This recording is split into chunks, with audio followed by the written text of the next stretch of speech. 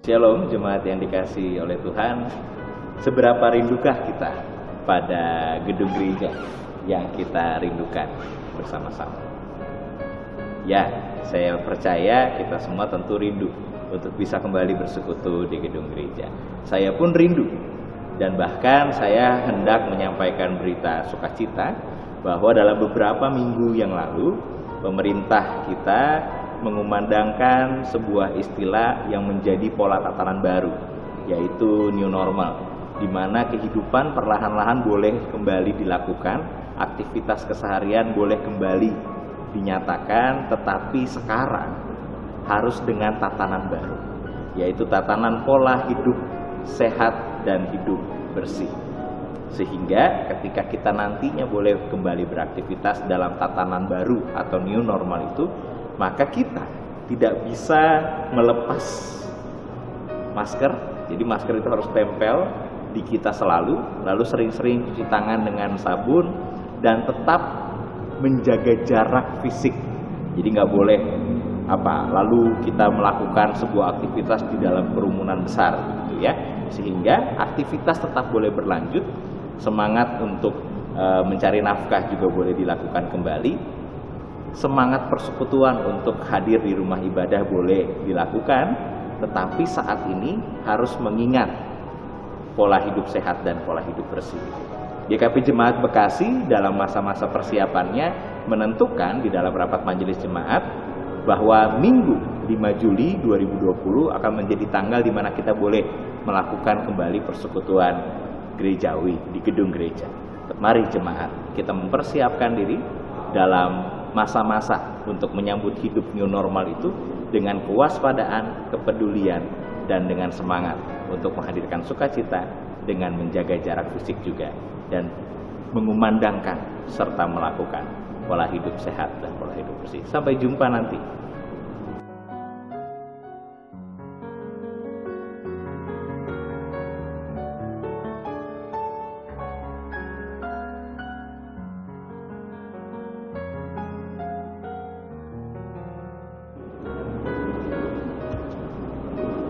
Saudara-saudara yang dikasihi Tuhan, dalam kebaktian minggu yang akan GKP Bekasi laksanakan dalam fase new normal nanti, yang perlu diperhitungkan adalah mereka yang ikut ambil bagian dalam ibadah nanti. Bagi anak-anak 0 sampai 10 tahun, bagi Bapak Ibu atau saudara kita yang memiliki riwayat penyakit tertentu, diharapkan tetap ibadah di rumah masing-masing melalui digital streaming di kanal YouTube GKP Bekasi. Juga informasi jam ibadah juga perlu kita ketahui bersama Bapak Ibu, bahwa jadwal atau jam ibadah akan dilaksanakan 4 kali, pukul 6.30, pukul 9, pukul 15, dan pukul 17. Dalam setiap jam ibadahnya hanya akan dihadiri oleh 3 wilayah saja, ya. Setiap jam ibadah hanya akan dihadiri oleh 3 wilayah saja. Informasi ini saya pikir perlu supaya kita bersama-sama bisa ikut ambil bagian dalam fase new normal ini.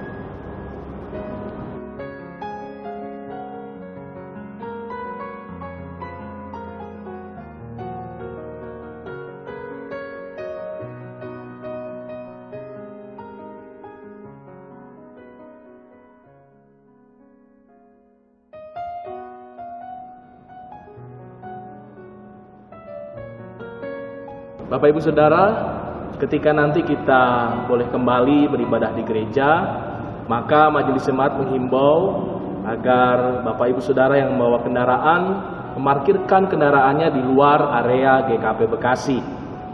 Ketika akan masuk, dilakukan pengecekan suhu tubuh. Bapak Ibu kemudian mencuci tangan, baru masuki ruangan ibadah dipandu oleh penatua dengan duduk berjarak satu dengan yang lain.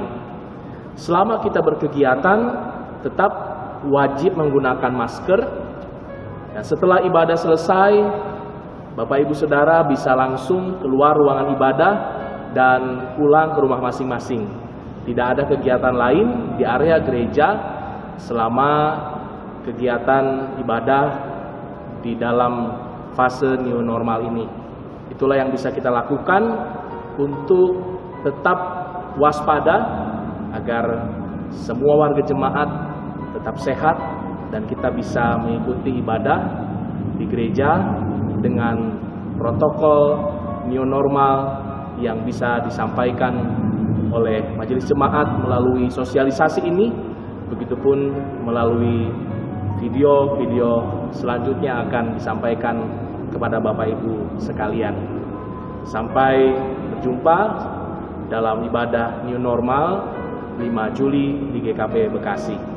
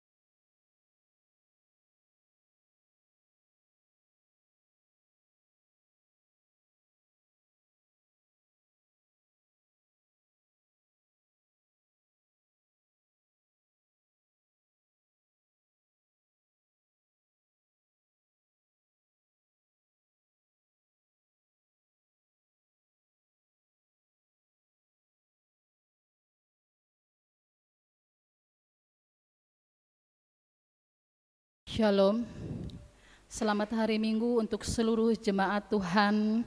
Pada hari ini kita akan mengikuti ibadah secara digital streaming. Ibadah akan dipimpin oleh Bapak Pendeta Brahmana Duta Dewa dengan tema berbelas kasihan seperti Kristus. Namun sebelum kita masuk di dalam tata ibadah, kita akan melihat tayangan Warta Jemaat melalui slide berikut ini.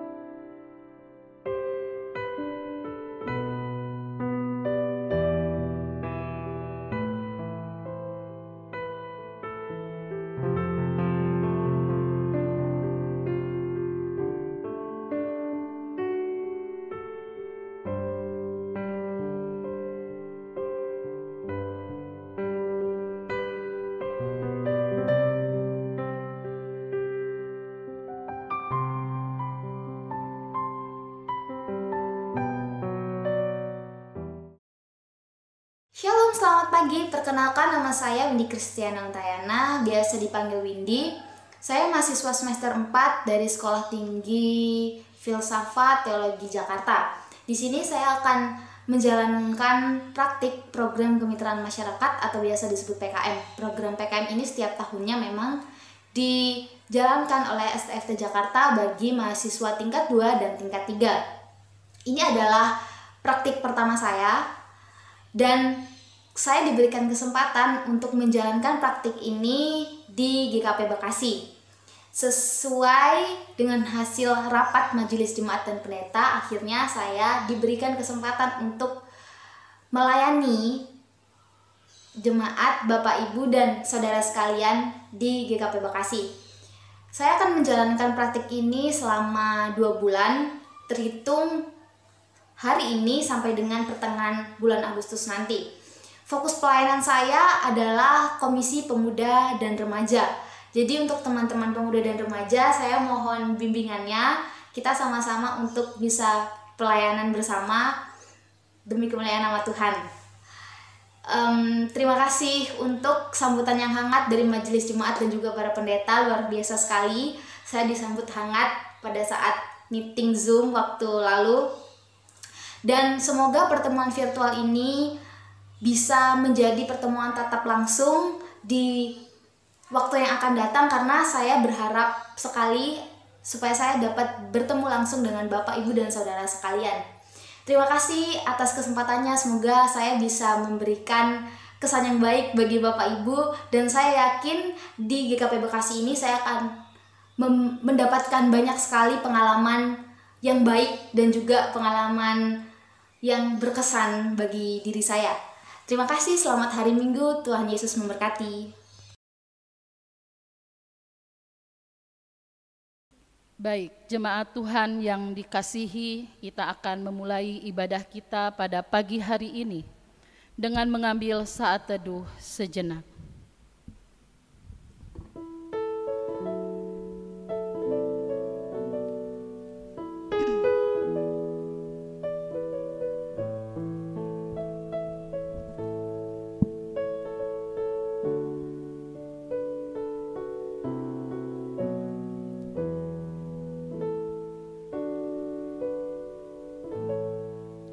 Jemaat diundang untuk berdiri.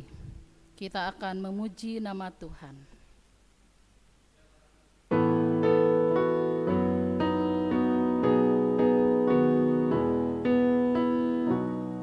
Terpujilah Allah, hikmat-Nya besar, begitu kasih-Nya untuk dunia cemar, sehingga diberilah putranya kudus, mengangkat manusia serta menebus. Pujilah, pujilah, buatlah dunia bergemar, bergemar, mendengar suaranya. Dapatkanlah Allah demi putranya, beri puji padanya sebab hikmat-Nya.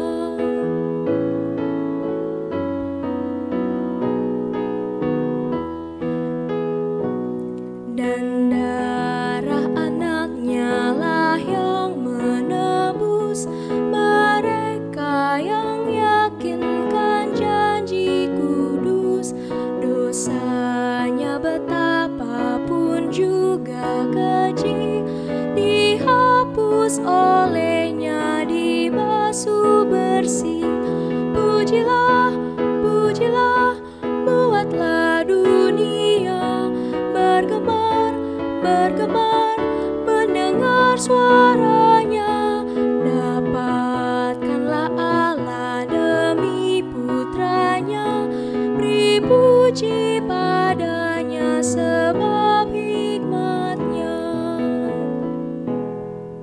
Jemaat yang dikasihi Tuhan, kebaktian minggu saat ini boleh berlangsung karena keyakinan bahwa pertolongan kita adalah di dalam nama Tuhan, yang menjadikan langit dan bumi, yang memelihara kesetiaan-Nya sampai selama-lamanya, dan tidak pernah meninggalkan perbuatan tangannya. Anugerah dan damai sejahtera dari Allah Bapa, Anak, dan Roh Kudus beserta dengan saudara. Amin.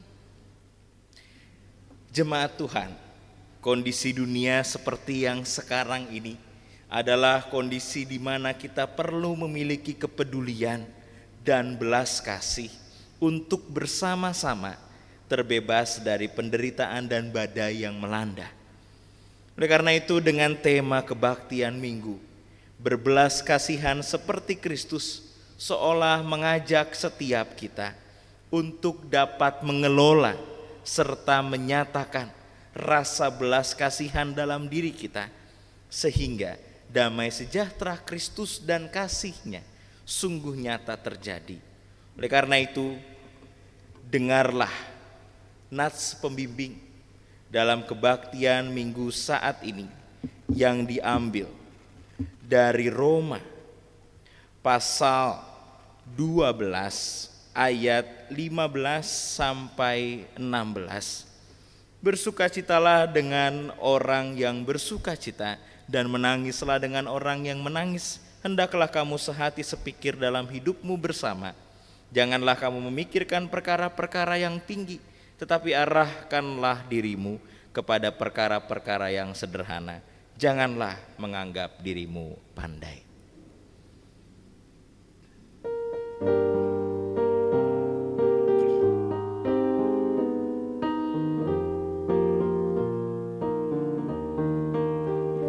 Marilah, marilah, hai saudara, menyebarkan terang dunia. Banyak orang kemalangan menderita, diliputi kegelapan kemelut. Marilah, marilah, hai saudara, menyebarkan terang dunia. Ada juga yang digoda kemewahan, tapi tidak mengenal bahagia. Marilah, marilah, hai saudara, menyebarkan terang dunia.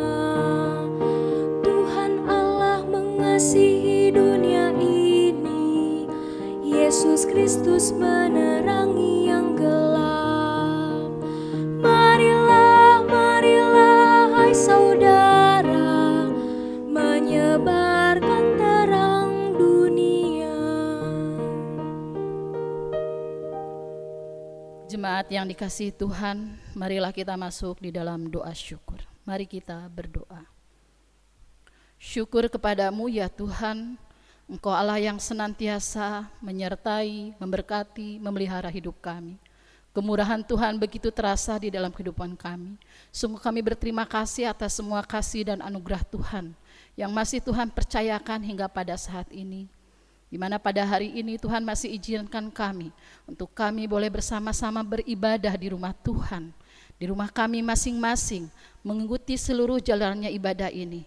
Yang kami mohon kepada Tuhan, curahkanlah Roh-Mu yang kudus, agar setiap pribadi kami boleh mengelola hidup kami dengan baik. Terima kasih Tuhan untuk semua kebaikan dan cinta Tuhan. Ibadah kami pada hari ini, kami hanya menyerahkannya ke dalam tangan pengasihan Tuhan.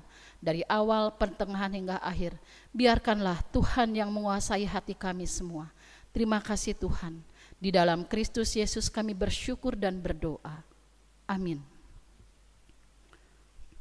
Marilah kita mendengar hukum Allah yang tertulis di dalam 1 Yohanes 4 ayat 20 hingga 21.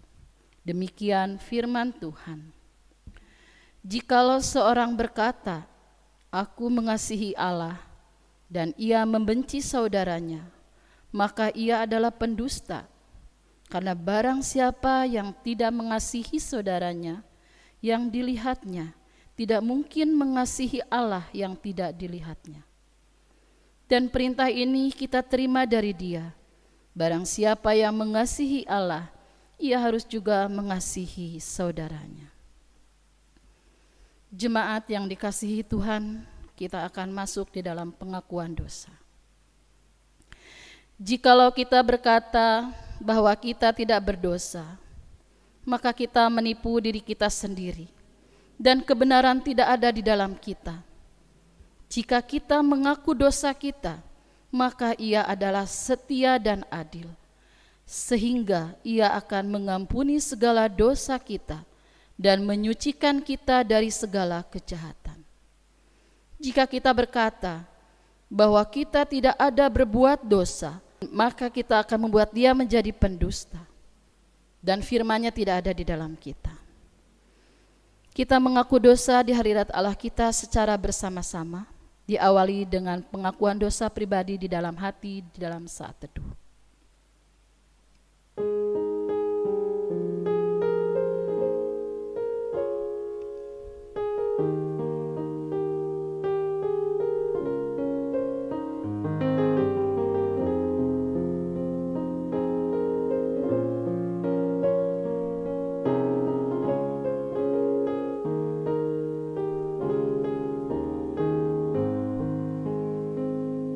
Bersama-sama. Ya Tuhan, kami telah berbuat dosa terhadap-Mu. Kami telah berdosa terhadap sesama kami dalam pikiran, perkataan, dan perbuatan. Telah banyak kami menyimpang dari jalan-Mu yang benar. Ampunilah dosa kami ya Tuhan. Kasihanilah kami ya Tuhan. Kasihanilah kami ya Kristus. Kasihanilah kami ya Tuhan. Amin.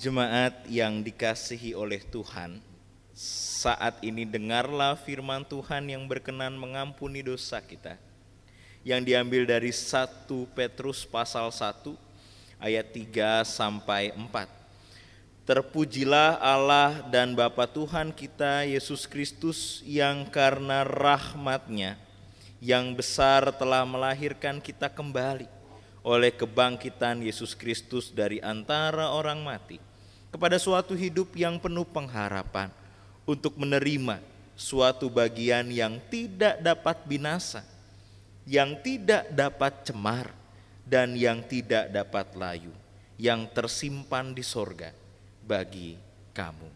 Maka dengan demikian di dalam nama Allah, Bapa, Anak, dan Roh Kudus diberitakan kepada kita yang dengan tulus ikhlas mengaku dosa di hadirat Allah serta mencari keselamatannya hanya kepada Yesus Kristus, bahwa Allah mengampuni dosanya. Amin.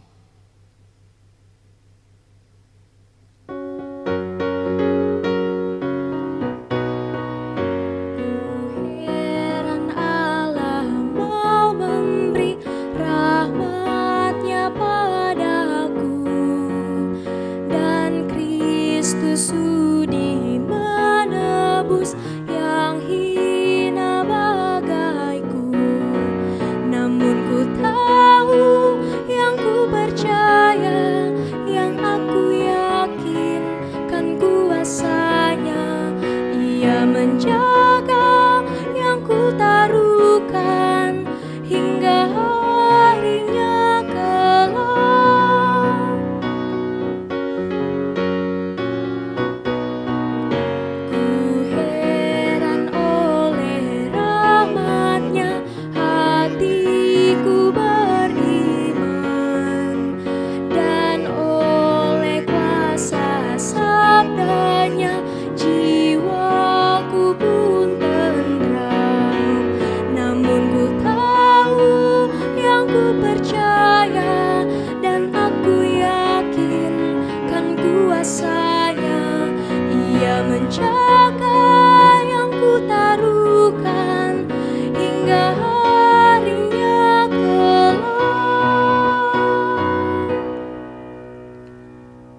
Sidang jemaat yang dikasihi Tuhan, kami undang berdiri, kita siapkan pembacaan Mazmur pada kebaktian ini. Dari Mazmur 100 kita bacakan bersaut-sautan.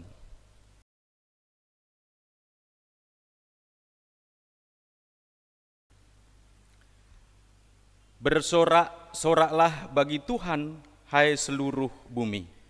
Beribadahlah kepada Tuhan dengan sukacita, datanglah ke hadapannya dengan sorak-sorai.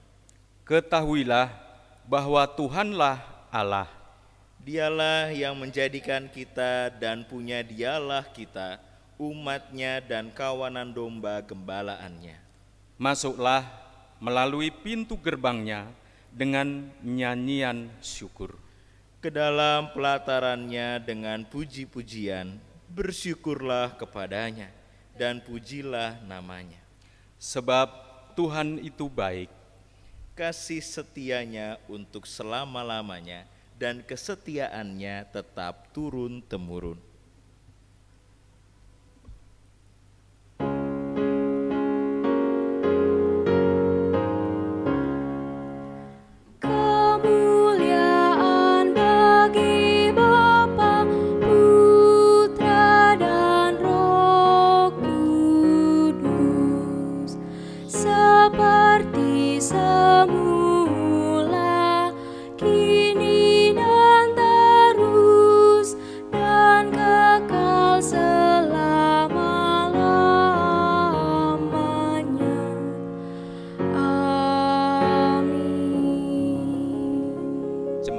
Silahkan duduk. Marilah jemaat Tuhan, sebelum kita merenungkan bersama-sama dan disapa oleh firman Tuhan, kita bersatu di dalam doa. Mari kita berdoa. Betapa bersyukurnya kami Tuhan, karena sampai saat ini kami masih boleh ikut terlibat dalam kebaktian ini. Sehingga kami diberi kesempatan untuk sungguh-sungguh diberkati melalui firman Tuhan yang kami percaya menyapa kami begitu indahnya, sehingga kami diajak untuk tetap tangguh dalam kehidupan yang tidak mudah ini. Kami diajak untuk tetap setia dalam begitu banyak cobaan yang datang, sehingga iman kami tetap teguh di hadapan Tuhan dan setia bersama dengan Tuhan. Oleh karena itu, curahkanlah Roh Kudus-Mu ya Bapa, sehingga melaluinya setiap kami diperlengkapi, dimampukan, sehingga apa yang boleh kami dengar sungguh-sungguh memberkati kami, membuat kami percaya bahwa setiap hela nafas yang boleh kami rasakan, itu pun anugerah kebaikan Tuhan yang nyata terjadi. Demikian juga bagi hamba-Mu yang penuh dengan keterbatasan ini Tuhan, kiranya karya-Mu dapat bermakna dan berkata-kata melalui hamba-Mu yang penuh dengan keterbatasan ini sesuai dengan apa yang Engkau mau. Sehingga firman yang boleh dinyatakan merupakan firman yang diperkenankan Tuhan untuk diperdengarkan. Maka berfirmanlah ya Tuhan, kami telah siap untuk mendengarkannya. Amin. Jemaat yang dikasihi Tuhan, marilah kita membuka Alkitab kita. Saat ini bacaan firman Tuhan diambil dari Matius pasal 9 ayat 35 sampai pasal 10 ayat yang ke-8. Matius pasal 9 ayat 35 sampai Matius pasal 10 ayat yang ke-8.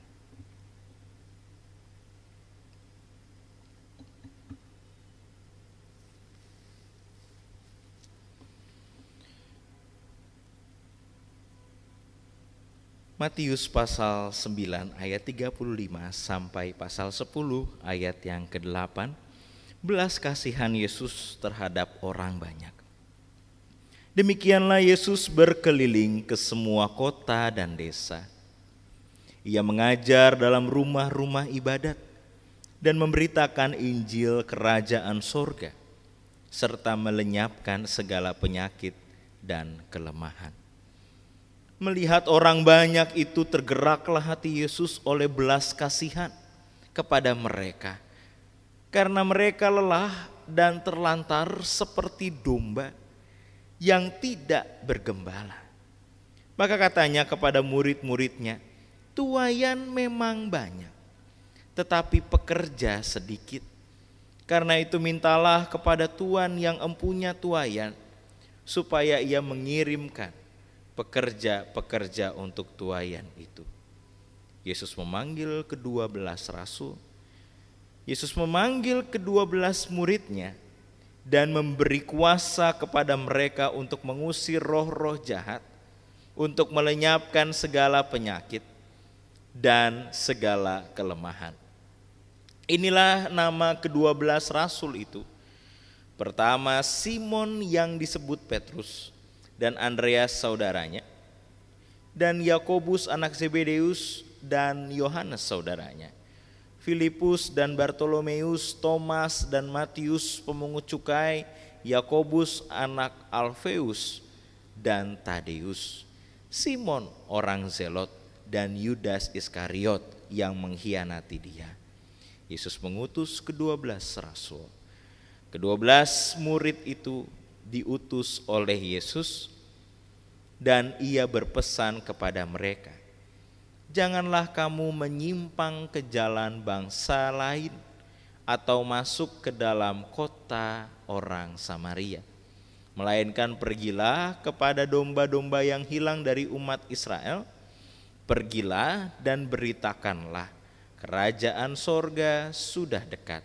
Sembuhkanlah orang sakit, bangkitkanlah orang mati, tahirkanlah orang kusta, usirlah setan-setan. Kamu telah memperolehnya dengan cuma-cuma, karena itu berikanlah pula dengan cuma-cuma. Sedemikian jauh pembacaan Alkitab kita. Yang berbahagia adalah setiap orang yang membaca firman Tuhan, merenungkan dan memelihara di dalam hidupnya. Haleluya. Haleluya, haleluya, haleluya.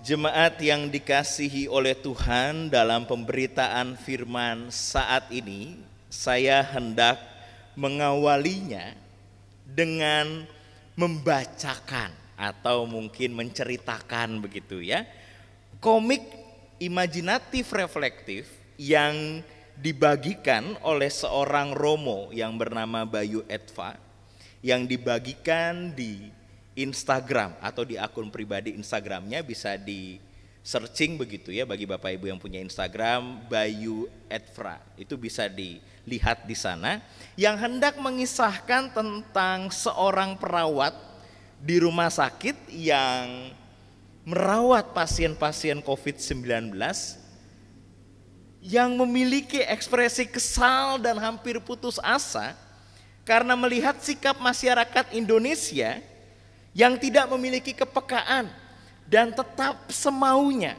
dalam menghadapi COVID-19 itu. Mari bagi jemaat yang ikut ibadah digital streaming, bisa dilihat di sebelah kiri saya, nanti akan muncul beberapa cuplikan atau gambar dari komik tersebut. Tapi saat ini saya juga akan membacakannya bagi jemaat Tuhan. Terlihat bahwa ada keramaian begitu ya. Lalu suster atau perawat ini melihat dari jendela dan mengatakannya, kapan selesainya kalau begini? Lalu ada suara dan juga teks yang mengatakan, itu menggambarkan kata-kata Yesus ceritanya, rasanya pengorbananmu sia-sia ya anakku. Lalu perawat ini menjawab, iya Tuhan, sambil melepaskan masker dan juga APD-nya. Lalu dia buang ke tong sampah, dia mengatakan istirahat dulu. Sambil duduk, begitu ya, karena lelah, dia mengungkapkan si perawat ini, padahal aku yakin mereka tahu aturan pembatasan fisik loh. Lalu Yesus mengatakan, kalau nyatanya mereka tetap begitu, mau gimana lagi? Perawat ini menjelaskan, rasanya jadi ingin pulang saja. Berkumpul dan melepas rindu dengan keluargaku. Sudah 2 bulan lebih. Aku gak pulang Tuhan. Kenapa sih mereka gak mau peduli? Kalau keluarnya karena kebutuhan dan tetap mematuhi anjuran kesehatan, aku bisa maklum. Lalu Yesus menjawab, ya, karena meskipun semua orang tahu apa yang baik, tapi tidak semua orang bertindak dan membuat keputusan berdasarkan pada pertimbangan baik dan buruk. Maksudnya Tuhan? Tanya perawat itu. Yesus menjawab, banyak orang bertindak hanya dengan menimbang enak atau tidak, ingin atau tidak, suka atau tidak, dan banyak lagi. Mereka tahu baik buruknya tapi tidak dihiraukan. Mereka yang memilih berbuat baik akan selalu merenungkan akibat dari tindakannya. Mereka bersedia mengakui kesalahan dan mengoreksi diri bila membuat keputusan buruk. Memang butuh kerendahan hati untuk mengoreksi tindakan dan keinginan yang keliru, yang seringkali lebih didorong oleh letupan emosi hingga tidak mempertimbangkan baik buruknya. Butuh kedewasaan emosional dan rohani untuk melakukan tindakan baik yang seringkali tidak enak, tidak nyaman, dan tidak diinginkan serta tidak disukai. Lalu suster ini mengatakan, betul juga. Keinginanku untuk berhenti bekerja dan pulang ke rumah juga muncul karena emosi saja. Padahal aku tahu mengabaikan pasien dan meninggalkan rekan-rekanku bukanlah keputusan yang baik. Yesus mengatakan, tidak semua orang bisa mengoreksi diri seperti kamu barusan. Tak heran ada orang marah kalau diingatkan orang lain, karena mengoreksi diri sendiri saja masih sulit. Lalu suster ini mengatakan, tapi terlalu banyak orang yang seperti itu. Lama-lama aku tidak kuat juga Tuhan. Yesus menjawab, orang baik masih banyak kok. Di kos-kosan sana itu ada karyawan yang memilih tidak pulang kampung. Padahal sudah 3 tahun dia tidak pulang. Ia sudah dirumahkan dan kini terpaksa bekerja serabutan. Tapi ia tetap tak ingin membahayakan keluarganya. Jalanan itu tidak begitu ramai karena ada orang-orang yang setia pada pembatasan fisik, meski kadang jengkel dengan sikap orang lain. Ada orang-orang yang sekalipun berkekurangan mau memberikan harta miliknya untuk membantu mereka yang terdampak pandemi ini. Di sekitar rumah sakit ini juga masih banyak orang yang bekerja keras untuk bertahan hidup tanpa mengabaikan anjuran kesehatan. Mereka memanggul salib kesulitan mereka masing-masing dengan setia seperti dirimu. Mereka terus berjuang dalam kebaikan meski tidak mudah. Mereka lakukan itu demi kebaikanmu juga. Mereka tak ingin kamu tambah repot di sini merawat mereka. Lanjut Yesus mengatakan, maka bersyukurlah untuk mereka yang tak pernah datang ke rumah sakit ini. Ingatlah, mereka setiap kali kamu merasa sendirian, lelah dan sia-sia, teruslah berbuat baik bersama dengan mereka. Pada prinsipnya, aku membisikkan apa yang baik pada semua orang lewat hati nurani mereka. Untuk mereka yang hati nuraninya tertutup, berbagai macam pikiran dan perasaan negatif, kebaikan-kebaikanmu tetap akan menyadarkan mereka, sekalipun kadang dihiraukan. Suster ini bertanya, oh ya? Lalu Yesus mengatakan, kamu masih terus berdoa selama pandemi ini kan? Kata susternya, tentu Tuhan, aku berdoa memohon kekuatan untuk diriku sendiri, keluargaku di rumah, teman-teman medis, dan orang-orang baik di luar sana. Tapi Yesus juga mengatakan, berdoalah juga untuk mereka yang tidak tahu soal pembatasan fisik, serta mereka yang tahu tapi kerap dengan sengaja mengabaikan anjuran kesehatan. Perawat ini bertanya, buat apa Tuhan? Mesti didoakan seperti apa? Yesus menjawab, ya doakan supaya mereka dikaruniai keterbukaan hati, supaya mereka dikaruniai kedewasaan rohani dan emosi untuk mendengarkan nurani mereka, hingga akhirnya mau dengan rendah hati mempertimbangkan setiap tindakannya, apakah baik atau buruk. Lalu Yesus menjawab, peranmu para tenaga medis serta pelayan masyarakat tentu sangat penting, tapi bukankah ada tambahan pasien atau tidak itu sangat tergantung pada nurani mereka yang kerap kamu keluhkan itu. Perawat ini mengatakan, benar juga. Aku selalu berdoa supaya ini semua lekas berakhir, tapi tak pernah berdoa untuk mereka. Padahal kalau dipikir lagi, mereka ini punya peran penting. Mereka ini yang paling menentukan selesainya pandemi ini. Tapi aku malah sibuk menyalahkan dan tidak mendoakan mereka. Yesus menjawab, kamu lihat kan, pada akhirnya kita tidak lagi banyak bicara soal virusnya, tetapi manusia-manusia yang menghadapinya. Soal kemauan manusia berkorban mengusahakan hal-hal baik di tengah kesulitan dan bencana. Lalu sambil merenung, suster ini mengatakan, manusia tak bisa mengatur bencana, tapi dalam bencana manusia bisa mengatur dirinya. Dan ketika mereka tak mampu mengatur diri, mereka menjadi bencana itu sendiri. Lalu ada teman susternya yang masuk, hei ayo kerja lagi. Ada beberapa pasien positif baru masuk. Biasanya habis berdesak-desakan sewaktu ada promo. Waduh, promo baju murah gitu ya, promo sembako murah juga gitu ya. Mungkin mereka juga menulari keluarga mereka. Sambil terdiam, perawat ini mengatakan, Tuhan, apa yang Tuhan rasakan waktu menderita di kayu salib untuk menanggung dosa-dosa dan kesalahanku? Yesus menjawab, kenapa menanyakan itu anakku? Suster ini mengatakan, karena saat ini pun aku merasa harus menderita karena menanggung kesalahan sesamaku manusia. Perasaanku mungkin sama sepertimu, sakit. Tapi itulah pengorbanan yang tak terelakkan bila kita memilih untuk setia pada nurani dan kebaikan.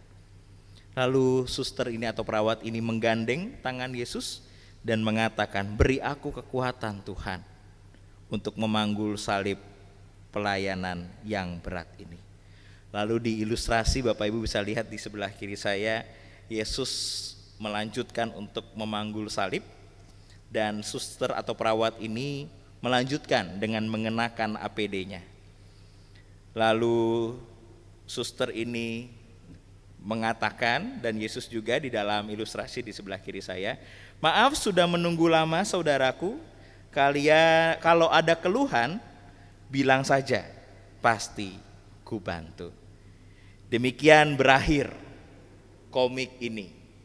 Ya, seolah-olah, waduh masa sih suster ngomong sama Yesus gitu ya, perawat ngomong sama Yesus, tapi secara imajinatif komik ini mau menunjukkan bahwa ya sebetulnya di dalam perenungan ketika kita merenungkannya bersama dengan Tuhan, maka muncul kesimpulan bahwa ya dikuasai hati nurani atau dikuasai belas kasihanlah yang memampukan kita untuk melanjutkan satu aktivitas, satu kegiatan, satu pengharapan yang tidak mudah bagi kita. Komik tadi mengajak kita dan membantu kita sebetulnya untuk melihat perspektif belas kasihan itu, untuk melihat perspektif hati nurani itu, yang membantu kita sebetulnya untuk masuk pada pemahaman terhadap teks ini. Tapi ketika pertama saya membaca komik itu, saya akhirnya toh berpikir dan merenungkan juga, ketika kita memiliki kedekatan dan kebersatuan dengan Yesus, sebetulnya kedekatan dan kebersatuan dengan Yesus itu dapat mengubah cara pandang hidup kita. Sebetulnya kan kalau lihat komik tadi, susternya kan melihat atau perawatnya kan melihat persoalan yang masih sama. COVID-nya masih ada, bahkan pasiennya masih nambah. Tapi sebelum dia merenungkan bersama dengan Yesus dan sesudah dia merenungkan bersama dengan Yesus, tindakannya kan beda.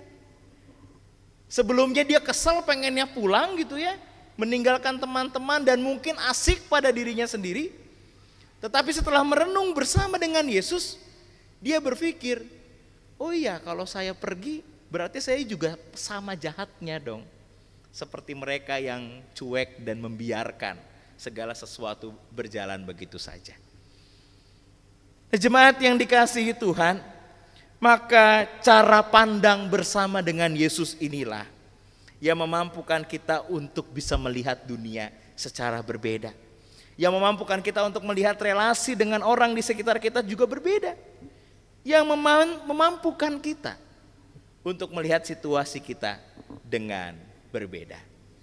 Sehingga jemaat yang dikasihi Tuhan, dengan tema hari ini, berbelas kasihan seperti Yesus, sebetulnya juga mau bicara tentang cara pandang untuk melihat seperti Yesus, dan juga hati untuk bisa merasakan apa yang Yesus rasakan. Teks ini hendak mengungkap itu, memandang seperti Yesus memandang dan merasakan seperti Yesus rasakan. Secara sederhana, Barclay dalam bukunya, dia menjelaskan bahwa belas kasihan dalam teks Matius itu memainkan peran penting. Karena belas kasihan yang sering kali dipakai oleh Matius untuk menjelaskan tindakan Yesus. Jadi Yesus melalui tindakannya, Yesus melakukan segala sesuatu pasti diawali oleh belas kasihan dan digerakkan oleh belas kasihan itu. Sehingga dalam bahasa Yunani belas kasihan bermakna, atau dalam transliterasi Yunaninya adalah splagnisteis, atau dalam kata dasarnya splagna. Maknanya hati nurani manusia yang paling dalam. Melalui kata ini Barclay hendak menjelaskan tentang hal-hal yang mendalam yang menggerakkan Yesus untuk melakukan tindakan-tindakan karya-karya besarnya. Paling tidak dia menjelaskan ada 5 hal. Hal-hal yang menggerakkan diri Yesus oleh belas kasihan. Yang pertama, Yesus tergerak oleh belas kasihan karena adanya penderitaan dunia.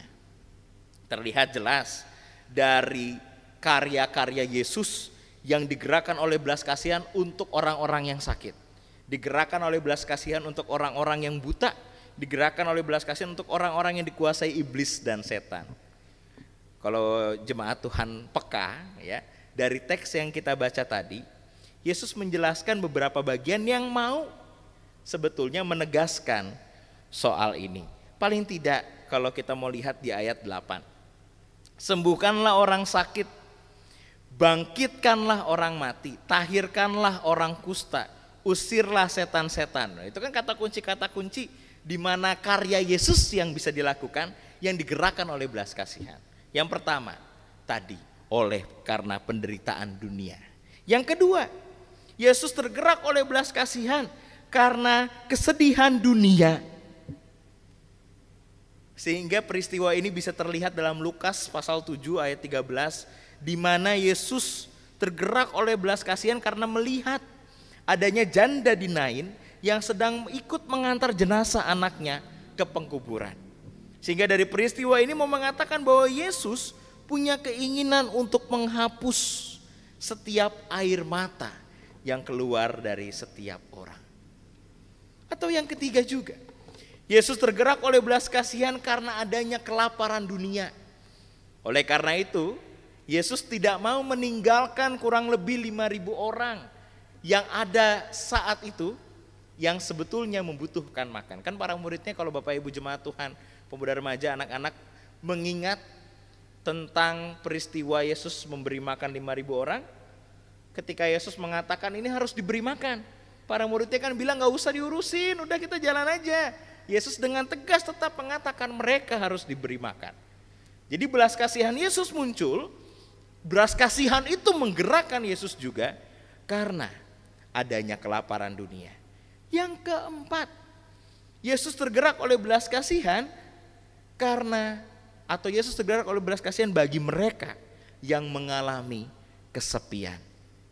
Terlihat dari peristiwa orang yang menderita kusta, yang disingkirkan oleh masyarakat dan sesamanya, harus dijauhkan ke pinggir kota karena takut tertular dan sebagainya begitu ya. Ini kan peristiwa awal-awal Covid nih. Jadi kalau ada orang yang pulang, perawat yang pulang dari rumah sakit tertentu yang jadi rujukan Covid, ibu kosnya ngusir, nggak boleh masuk ke rumahnya, itu kan jahat sekali gitu loh. Belum tentu dia pulang positif kan. Makanya setelah banyak berita yang yang dijelaskan tentang diskriminasi itu, baru kalau di lingkungannya ada yang sakit Covid didukung, ditepuk tanganin, didoain gitu ya, semangat gitu. Iya, harus gitu. Kenapa? Karena dia udah sakit. Emang dia mau sakit? Nggak mau. Terus begitu pulang dijauhin sama orang-orang lah, gimana? Yesus tergerak hatinya bagi mereka yang mengalami kesepian itu. Sehingga Yesus berbincang dengan orang kusta, bahkan orang kustanya disentuh. Untuk menunjukkan bahwa engkau tidak akan sendirian dan aku ada bersama-sama denganmu. Dan yang kelima, dalam teks yang kita baca, Yesus tergerak oleh belas kasihan bagi mereka yang mengalami atau bagi dunia yang kebingungan. Apa maksudnya kebingungan? Kebingungan adalah yang mau dinyatakan oleh peristiwa ini adalah ketika ada orang-orang banyak yang saat itu merindukan Allah, menantikan Allah, tetapi orang Farisi, Saduki, ahli Taurat, para imam tidak memberi apa-apa, tidak memberi bimbingan, tidak memberi penghiburan atau dorongan penguat. Domba-domba itu dibiarkan mengharap, tapi tak kunjung memperoleh apa yang diharapnya. Mari kita lihat cirinya. Di ayat 35 dikatakan ia mengajar, Yesus mengajar dalam rumah-rumah ibadat. Berarti di rumah ibadat orang Farisi, Saduki, ahli Taurat juga ada sebenarnya. Para imam juga pasti ada di rumah ibadat itu. Yesus memberitakan Injil tentang kerajaan sorga. Lalu di ayat selanjutnya, di ayat 36 yang jadi kuncinya, melihat orang banyak itu, nah ini ya, melihat orang banyak itu ketika Yesus sedang mengajar ya di rumah-rumah ibadat, tergeraklah hati Yesus oleh belas kasihan kepada mereka. Karena apa? Mereka lelah dan terlantar seperti domba yang tak bergembala. Kasar sebetulnya ini bahasanya. Kenapa kasar? Kalau dilihat kebingungan dalam bahasa Yunani eskulmenoi, menjelaskan tentang apa? Menjelaskan tentang keadaan yang sangat menyedihkan. Menyedihkan seperti apa? Bagaikan korban keganasan orang lain. Jadi korban perampokan kalau di Indonesia biar bahasanya, atau di Bekasi dah, biar bahasanya lebih hidup, korban begal. Nah, dibegal, diambil motornya, HP-nya, mungkin bajunya juga diambil, dia terlantar gitu, gak bisa ngapa-ngapain. Menurut bahasa Yunani eskulmenoi, orang itu orang yang kebingungan. Ya pastilah Bapak Ibu, amit-amit ya, amit-amit gitu, kehipnotis, hilang duitnya, pasti bingung kan. Kebingungan itu tuh yang mau diangkat oleh ekspresi bahasa Yunani eskulmenoi ini. Dan juga orang yang memperoleh perlakuan kasar, orang yang memperoleh perlakuan sombong, dan orang yang dihina atau terlantar. Dalam teks kita ini, dalam bahasa Yunani erimenoi, adalah orang yang terbaring tak berdaya, atau orang menjelaskan tentang orang yang terbaring karena luka-luka fatal. Apa maknanya? Orang banyak itu yang mendengarkan khotbah Yesus adalah orang-orang yang dibiarkan terlantar oleh karena sikap ahli Taurat, orang Farisi, Saduki, dan pemimpin-pemimpin agama itu yang membiarkan mereka terjebak dalam kebingungan, membiarkan mereka terjebak dalam kesendirian, membiarkan mereka untuk berusaha sendiri dalam menemukan Allah. Padahal adanya orang-orang itu, ahli Taurat, orang Farisi, Saduki, panggilannya harusnya kan membimbing mereka untuk mendekat pada Allah.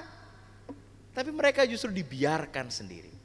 Sehingga oleh karena belas kasihan itu, apa yang Yesus lakukan? Inilah yang menarik. Yang Yesus lakukan adalah mempersiapkan 12 rasul itu untuk bisa melakukan apa yang Yesus lakukan. Dipersiapkan masing-masing, namanya udah disebut. di perikop yang Yesus memanggil ke-12 rasul. Dan mereka diutus oleh Yesus untuk masuk ke daerah-daerah untuk melakukan apa yang Yesus lakukan, yang telah diberi kuasa oleh Yesus. Tandanya apa? Ke-12 rasul yang hidup bersama dengan Yesus diajak untuk memiliki pola pikir, pandangan, dan hati yang merasakan seperti hati Yesus. Menarik. Kenapa? Karena kalau kita mau melihat makna kehadiran Yesus sebagai sosok penyelamat, maka di saat yang sama belas kasihan Yesus hendak menyatakan bahwa kekristenan hadir bukan hanya atau bukan untuk menambah beban orang, tetapi Kristus hadir, kekristenan besar dan nampak untuk menegaskan bahwa kekristenan seharusnya mengangkat beban-beban orang yang ada. Jadi kalau Bapak Ibu jemaat Tuhan, pemuda remaja googling tentang peristiwa damai di Amerika yang muncul karena ketidakadilan rasial, yang momentumnya karena meninggal Floyd, maka jemaat Tuhan pasti akan menemukan pendeta yang pakai kolar, baju kolar, kemeja kolar, yang ikut sujud dan ikut demo damai. Kenapa?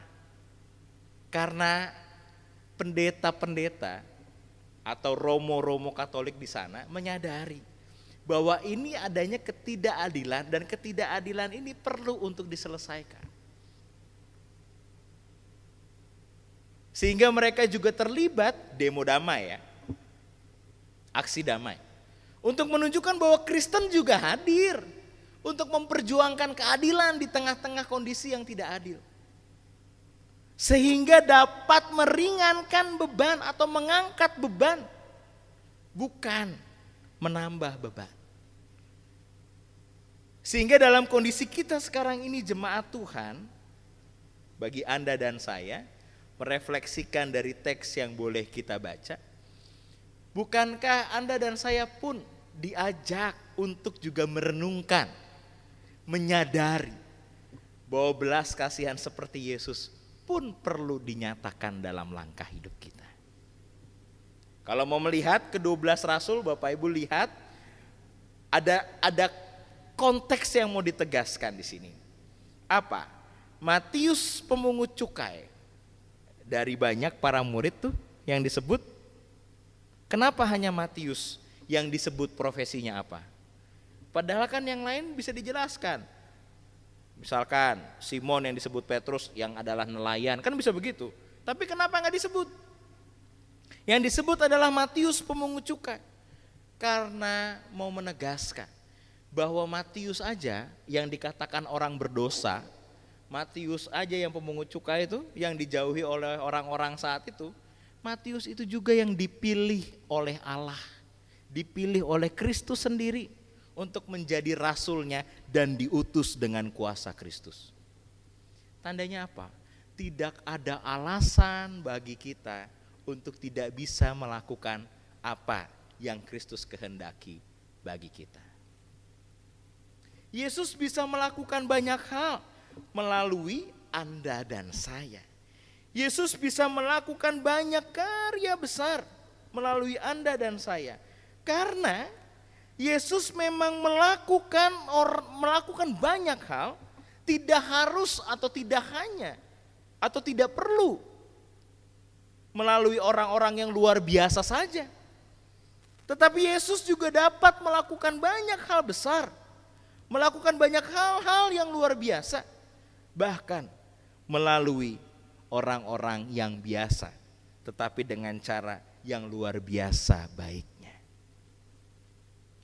Maka jemaat yang dikasihi oleh Tuhan, dalam kondisi saat ini, rasanya Anda dan saya, kita sebagai umat Kristus,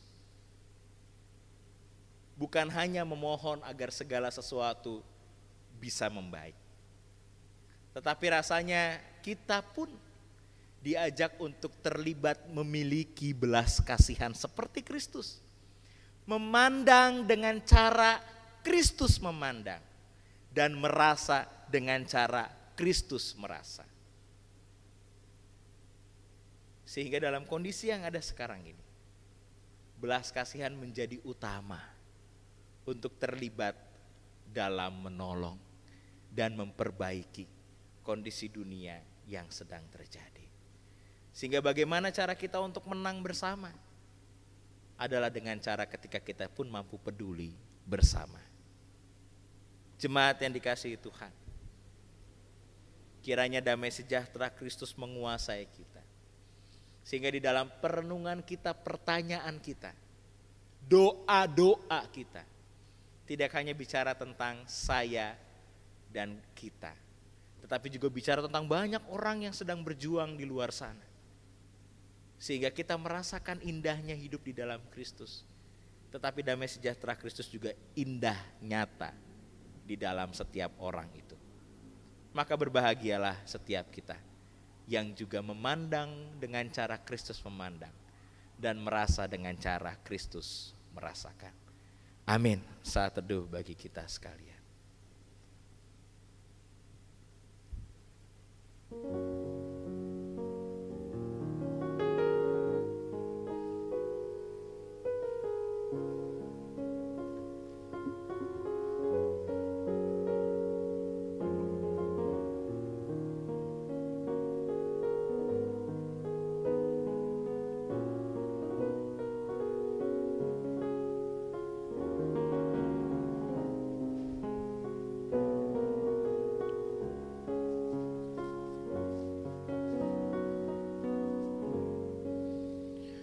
Jemaat Tuhan, dalam perenungan firman saat ini maka ada persembahan pujian dari anak-anak Komisi Pelayanan Anak di GKP Jemaat Bekasi.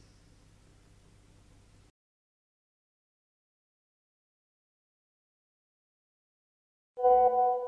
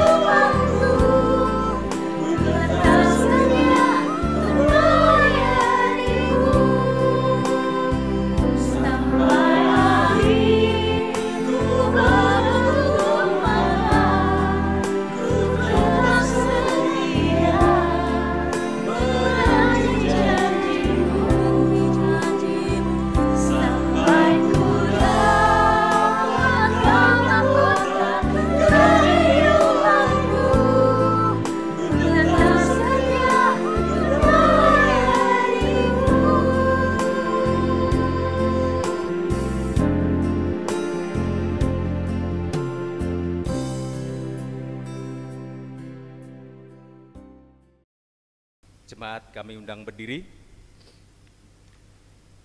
Marilah kita mengucapkan pengakuan iman bersama-sama. Aku percaya kepada Allah, Bapa yang Maha Kuasa, Khalik langit dan bumi, dan kepada Yesus Kristus, Anak-Nya yang tunggal, Tuhan kita, yang dikandung daripada Roh Kudus, lahir dari anak darah Maria, yang menderita di bawah pemerintahan Pontius Pilatus, disalibkan, mati dan dikuburkan, turun ke dalam kerajaan maut, pada hari yang ketiga bangkit pula dari antara orang mati, naik ke surga, duduk di sebelah kanan Allah, Bapa yang Maha Kuasa, dan akan datang dari sana untuk menghakimi orang yang hidup dan yang mati. Aku percaya kepada Roh Kudus, gereja yang kudus dan am, persekutuan orang kudus, pengampunan dosa, kebangkitan daging, dan hidup yang kekal. Amin. Jemaat dipersilakan duduk.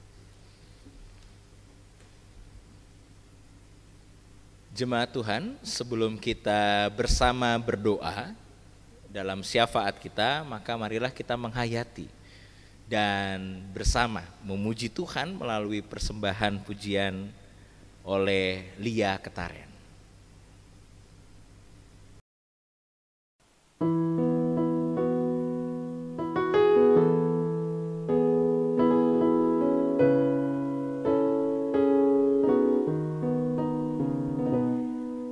Semua karena anugerah-Mu hari ini ada, bukan karena kuatku, namun karena Roh-Mu. Ku bawa hatiku, penyembahanku, ku semakin berkurang, Yesus makin bertambah. Mengikut Yesus, itulah kesukaan hatiku. Ku lepas semua hakku untuk mengenal kehendaknya di hidupku. Mengiring Yesus, itulah kekuatan hidupku. Ku yakin anugerahnya mampu jadikanku hamba yang berkenan selalu.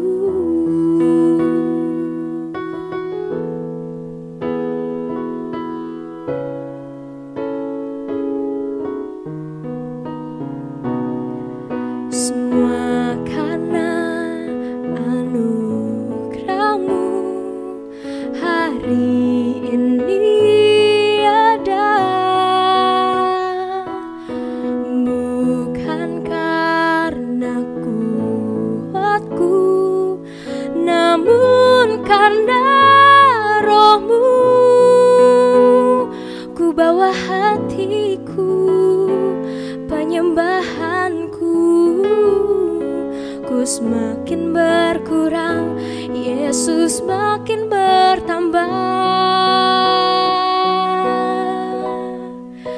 Mengikut Yesus, itulah kesukaan hatiku. Ku lepas semua hakku untuk mengenal kehendaknya di hidupku.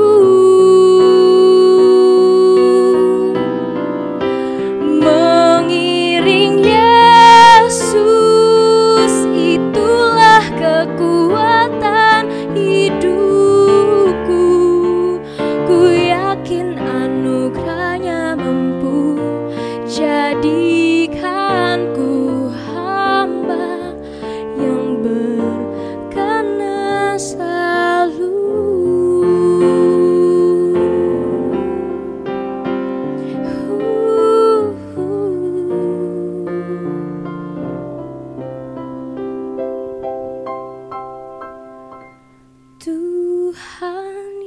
Yesus, kerinduan hatiku. Mutiara tak ternilai harta milikmu, keindahanmu memudarkan dunia. Di mataku Engkau termulia, di mataku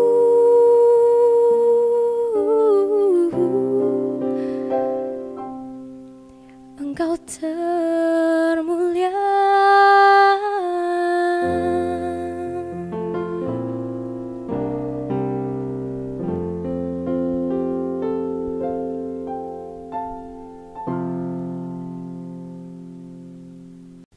Mari jemaat Tuhan, kita bersama bersatu di dalam doa syafaat. Mari kita berdoa. Terima kasih Tuhan, terima kasih. Betapa kami sebagai orang yang biasa-biasa saja, tetapi melalui firman-Mu menunjukkan bahwa justru kami yang biasa inilah yang dipilih dan diutus Tuhan, pun diberi kuasa oleh Tuhan untuk terlibat dalam karya-karya Kristus. Membuat kami merasa berharga di hadapan Tuhan. Membuat kami sungguh mensyukuri kebaikan Tuhan itu. Ya Bapa, pakailah kami sesuai dengan apa yang Engkau mau, sehingga hidup yang boleh kami nyatakan dapat berdampak yang didasarkan oleh belas kasih, dan kami pun mampu melihat seperti apa yang Kristus lihat dan merasakan apa yang Kristus rasakan. Ya Bapa, di dalam doa ini secara khusus kami pun juga mau berdoa bagi setiap orang, setiap keluarga, dalam setiap langkah kehidupan pergumulan mereka. Kiranya boleh Tuhan beri pemeliharaan, penguatan setiap keluarga yang berjuang untuk hidup, berjuang untuk berkarya, berjuang untuk tetap hidup bersama-sama dengan Tuhan, bergumul bersama-sama dengan Tuhan di tengah-tengah kondisi pandemi ini. Sehingga kiranya Tuhan mau memelihara, Tuhan mau memperlengkapi, Tuhan pun mau terlibat untuk menguduskan, sehingga di dalam karya kasih Tuhan ada banyak kebaikan yang indah. Oleh karena itu ya Tuhan, berkatilah setiap keluarga sehingga karya Tuhan memelihara mereka. Kami juga mau berdoa bagi jemaat-Mu yang sedang sakit, membutuhkan pemulihan secara khusus dari Tuhan.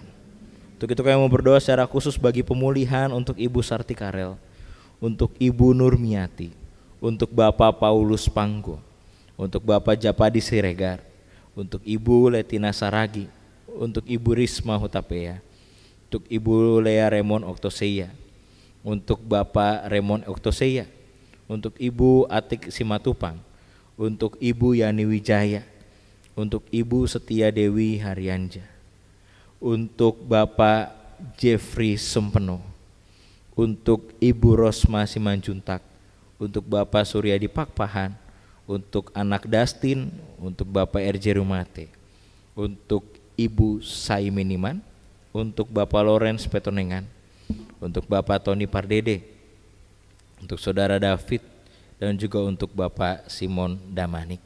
Ya Bapak, bagi mereka masing-masing kiranya cinta kasih-Mu, pemeliharaanmu boleh nampak memelihara, memulihkan mereka.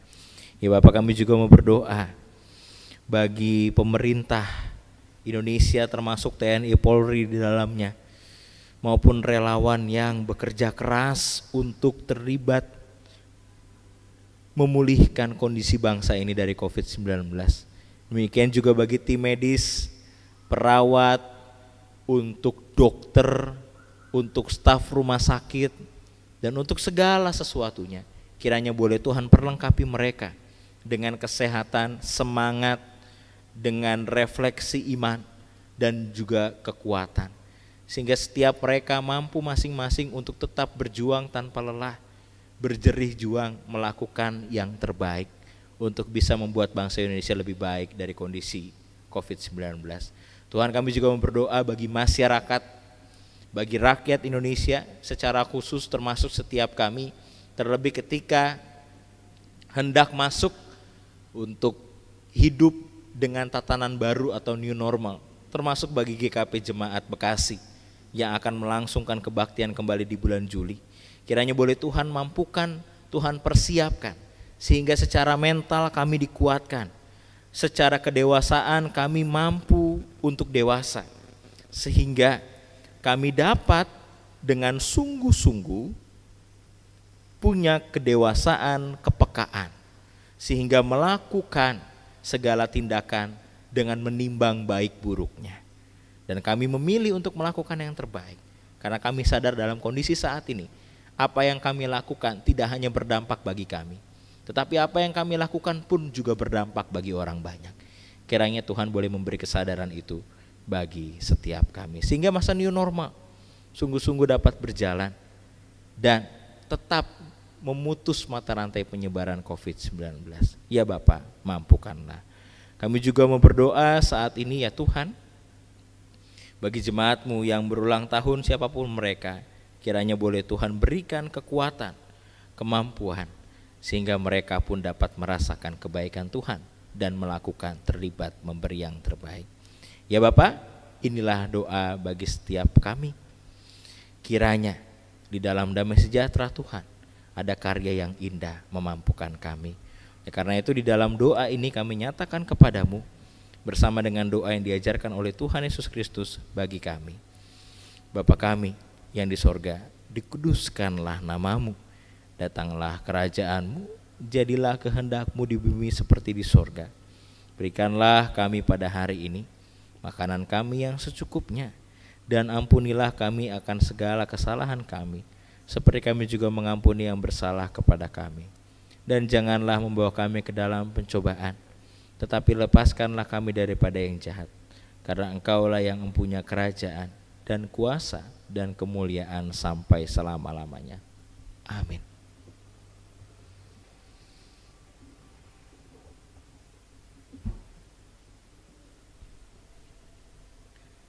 Bapak, Ibu, Saudara-saudari yang terkasih dalam Tuhan Yesus Kristus, marilah kita memberikan persembahan dengan mengingat firman Tuhan yang ditulis dalam Injil Matius 5 ayat yang ke-7. Demikian firman-Nya, berbahagialah orang yang murah hatinya, karena mereka akan beroleh kemurahan.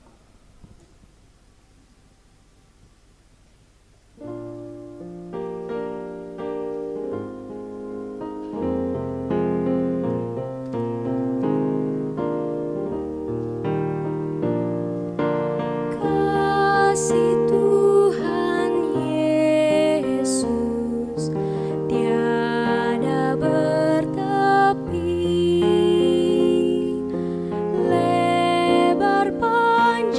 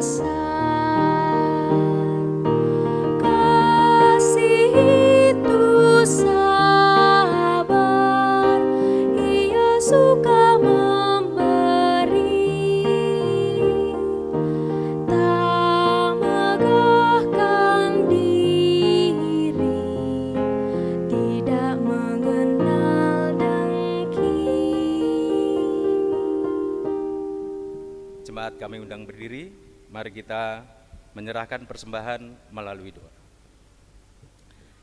Allah Bapa yang bertahta di dalam kerajaan surga, kami datang di hadirat-Mu menyembah dan menyerahkan persembahan, supaya Tuhan mau menerima persembahan dan menguduskan agar persembahan yang sudah kami kumpulkan ini dapat kami pergunakan untuk membangun gereja-Mu. Di dalam nama Yesus Kristus kami berdoa. Amin.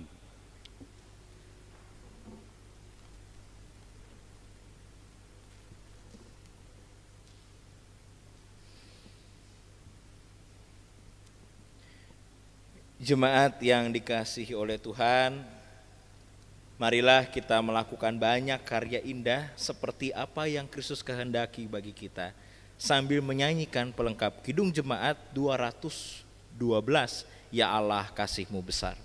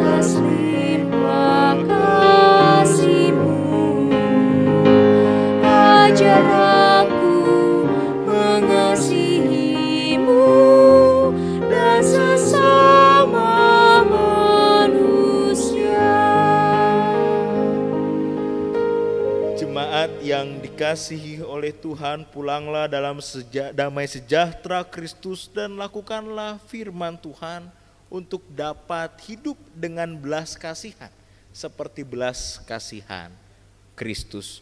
Maka sekarang terimalah berkat dari Tuhan. Tuhan memberkati engkau dan melindungi engkau. Tuhan menyinari engkau dengan wajah-Nya dan memberi engkau kasih karunia. Tuhan menghadapkan wajah-Nya kepadamu dan memberi damai sejahtera. Haleluya. Amin.